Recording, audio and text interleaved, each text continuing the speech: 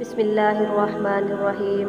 محترم سامعین اکرام، السلام علیکم ورحمۃ اللہ وبرکاتہ۔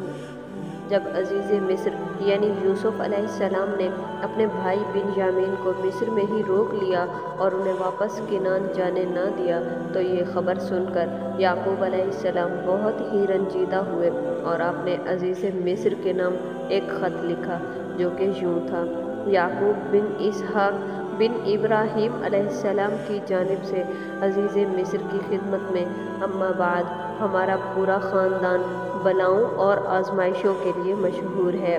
میرے دادا ابراہیم خلیل اللہ کا آتش نمرود میں امتحان لیا گیا، پھر میرے والد اسحاق کا بھی شدید امتحان لیا گیا، پھر میرے لڑکے کے ذریعے میرا بھی امتحان لیا گیا جو مجھے سب سے زیادہ محبوب تھا۔ اس کے بعد اس کا ایک چھوٹا بھائی میرے غم اور تکلیف میں تسلی کا سامان تھا، جس کو آپ نے چوری کے الزام میں گرفتار کر لیا۔ ہم اولاد انبیاء ہیں، نہ ہم نے کبھی چوری کی اور نہ ہماری اولاد میں کوئی چور پیدا ہوا، وسلام۔ چنانچہ اس خط کو لے کر یوسف علیہ السلام کے بھائی مصر پہنچے اور ان کے دربار میں حاضر ہو کر انہیں حضرت یعقوب کی یہ خط دی۔ حضرت یوسف خط پڑھ کر کانپ اٹھے اور قریب تھا کہ آپ اپنے والد کی پریشانی دیکھ کر رو پڑتے۔ حضرت یوسف نے اپنے بھائیوں سے پوچھا: کیا تم لوگوں کو یاد ہے کہ تم نے یوسف اور اس کے بھائی بنیامین کے ساتھ کیا سلوک کیا تھا؟ آخرکار یوسف علیہ السلام بھی رو پڑے اور کہا: نہیں نہیں، میں تمہیں اور اپنے والد کو مصیبت میں نہیں دیکھ سکتا۔ یہ جملہ سن کر برادران یوسف حیران ہو گئے کہ عزیز مصر ہمارے باپ کو اپنا باپ کیوں کہہ رہا ہے۔ تب ہی حضرت یوسف نے راز اشکار کیا اور فرمایا: میرے بھائیوں، میں ہی تمہارا بھائی یوسف ہوں جسے تم نے حسد کی بنا پر کنویں میں پھینک دیا تھا۔ یوسف علیہ السلام کے بھائیوں کے حواس باختہ ہو گئے۔ خوف، شرمساری اور ندامت کے احساس نے ان کی گردنیں جھکا دیں، لیکن یوسف علیہ السلام نے اعلیٰ ظرفی دکھائی اور درگزر سے کام لیا۔ فرمایا: میں تمہارا بھائی ہوں، ہم ایک ہی باپ کی اولاد ہیں، میں آج بھی تم سے محبت کرتا ہوں، تم سے کوئی شکوہ نہیں، کوئی شکایت نہیں ہے۔ میں اللہ سے دعا کرتا ہوں کہ وہ تمہارے گناہ بخش دے، کیونکہ وہ بہت رحیم و کریم ہے۔ بھائیوں نے حضرت یوسف علیہ السلام کی یہ شان دیکھی تو اپنی غلطیوں اور کوتاہیوں کا اعتراف کر لیا۔ حضرت یوسف نے بھی پیغمبرانہ طرز پر انہیں معاف فرما دیا۔ پھر یوسف علیہ السلام نے اپنا کرتا اپنے بھائیوں کو دیتے ہوئے فرمایا کہ یہ میرا کرتا لے جاؤ اور ابا جان کے چہرے پر ڈال دینا تو ان کی آنکھوں میں روشنی آ جائے گی، پھر تم سب گھر والوں کو لے کر مصر چلے آؤ۔ بڑا بھائی کہنے لگا: یہ کرتا میں لے کر جاؤں گا، کیونکہ میں نے ہی آپ کا کرتا بکری کے خون میں رنگ کر اپنے والد کے پاس لایا تھا اور انہیں یہ کہہ کر غمگین کر دیا تھا کہ یوسف کو بھیڑیا کھا گیا ہے۔ میں نے ہی انہیں غمگین کیا تھا، تو آج یہ خوشخبری میں ہی سناؤں گا اور ان کو خوش کرنا چاہتا ہوں۔ یہودا اس کرتے کو لے کر 80 کوس تک ننگے سر دوڑتا ہوا چلا گیا۔ راستے کی خوراک کے لیے اس کے پاس 7 روٹیاں تھیں، لیکن مسرت اور خوشی کا یہ عالم تھا کہ بھوک و پیاس ختم ہو گئی۔ یہودا جیسے ہی کرتا لے کر کنعان کی سرحدوں میں داخل ہوا تو ایک معجزہ پیش آیا۔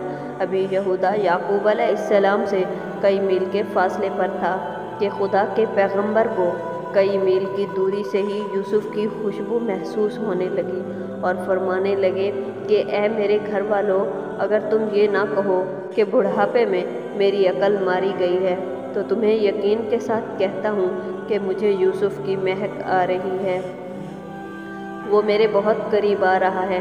سب لوگ کہنے لگے: واللہ آپ ابھی تک یوسف کے غم میں مبتلا ہیں، اتنا عرصہ گزر گیا اور اب تو یوسف کا نام و نشان بھی باقی نہ رہا، اور آپ ہیں کہ یوسف کی باتیں کرتے ہی نہیں تھکتے۔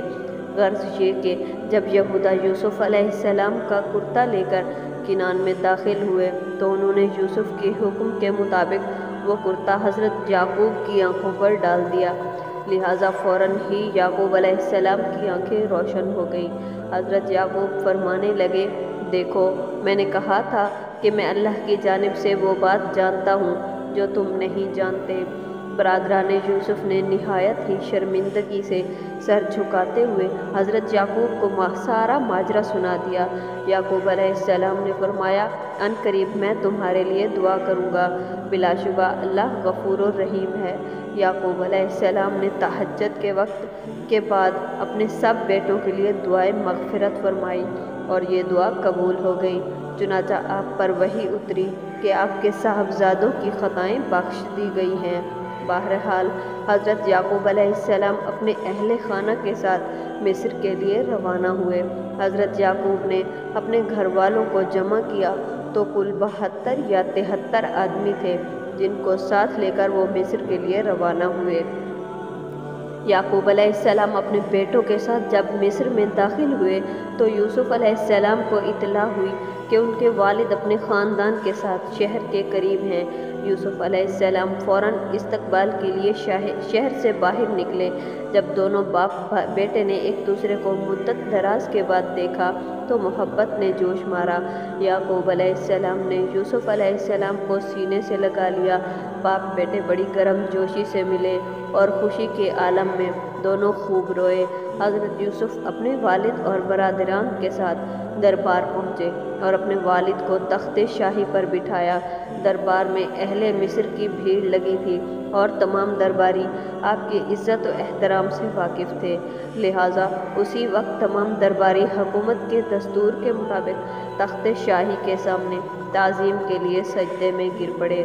موجودہ صورتحال کو دیکھ کر خاندان یوسف نے بھی یہی عمل کیا، لہٰذا یوسف علیہ السلام کے 11 بھائی بھی سجدے میں گر پڑے۔ اس وقت حضرت یوسف نے اپنے والد سے کہا، اے ابا جان، یہ میرے پہلے خواب کی تعبیر ہے، بے شک اسے میرے رب نے سچا کیا، یعنی میرے 11 بھائی ستارے ہیں اور میرے باپ سورج اور میری والدہ چاند ہیں اور یہ سب مجھ کو سجدہ کر رہے ہیں۔ اس واقعے کے بعد یوسف علیہ السلام کا تمام خاندان مصر میں آباد ہو گیا۔